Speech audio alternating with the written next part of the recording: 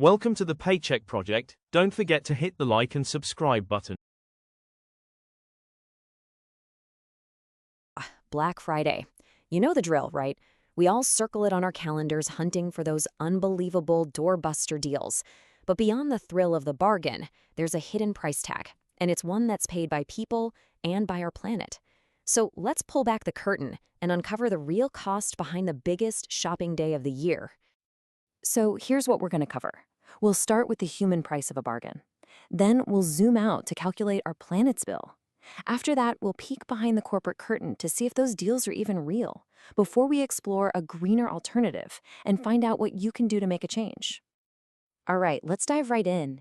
And we're starting with the most immediate cost of all, the human one. Before we even touch the numbers and the data, it's so important to understand the very real and sometimes tragic price people pay for this shopping frenzy. Think about this for a second.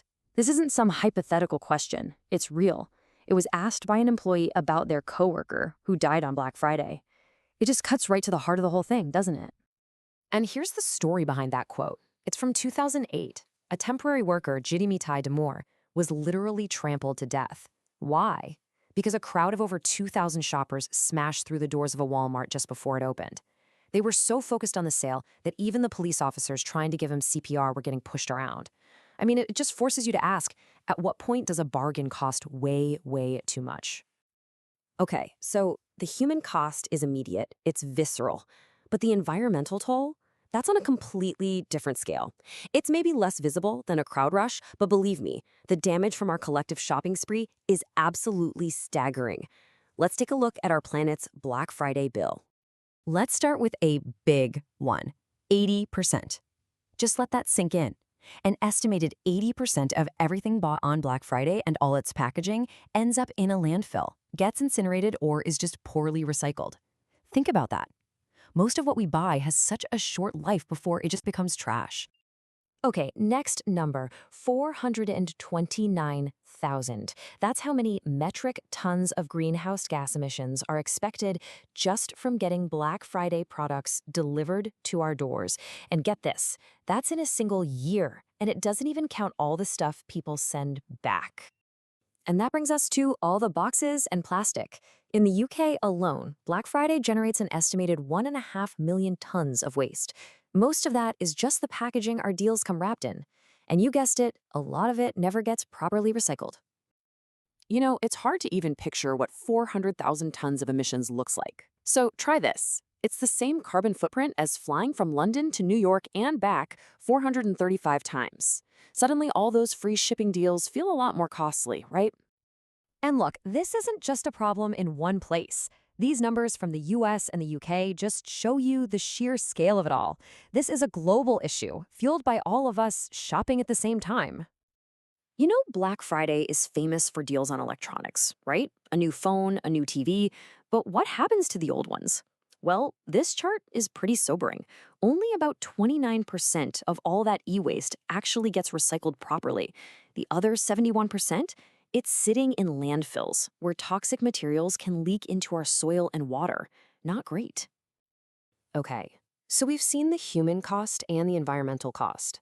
But what about the companies that are driving this whole frenzy? Let's peel back the curtain on the corporate playbook and ask a really basic question.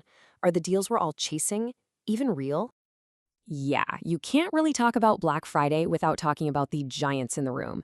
And one of them is, well, gigantic. Amazon alone captures nearly 18% of all Black Friday sales. This isn't really a day for your local shops anymore.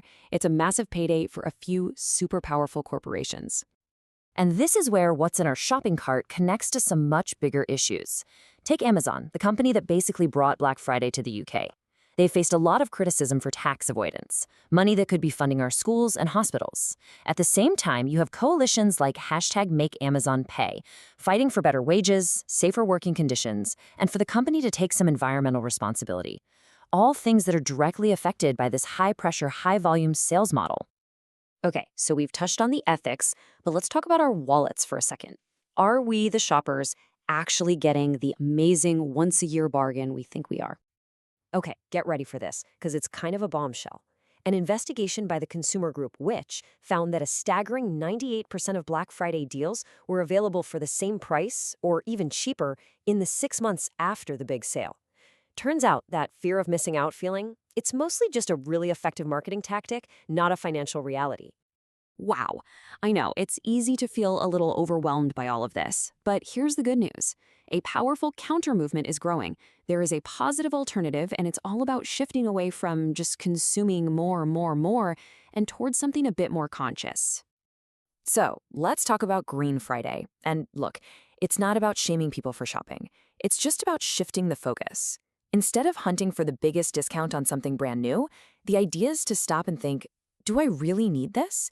How does this purchase impact the world around me? It's really just about being more mindful. And when you put them side by side, the difference is pretty stark, right? Black Friday is all about mass consumption, impulse buys, and creating a ton of waste.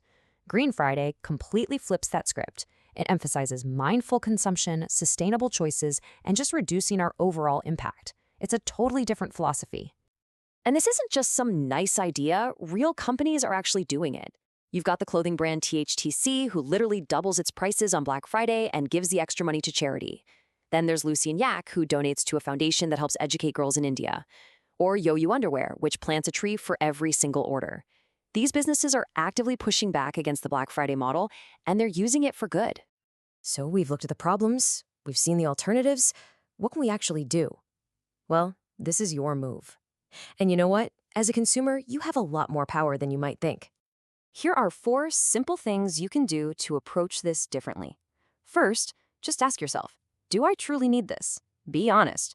Second, look for secondhand or refurbished options first. You'd be surprised what you can find. Third, if you are going to buy new, try to support businesses that are ethical and sustainable. And fourth, this one's super practical. Consolidate your online orders. Instead of getting 5 different packages with rush shipping, group them into one. It can make a huge difference in emissions. At the end of the day, that feeling of urgency, that pressure to buy now before it's gone, that's a choice. We can choose to get caught up in the rush, or we can choose to take a step back and do things a different way. The only question is, what will your choice be?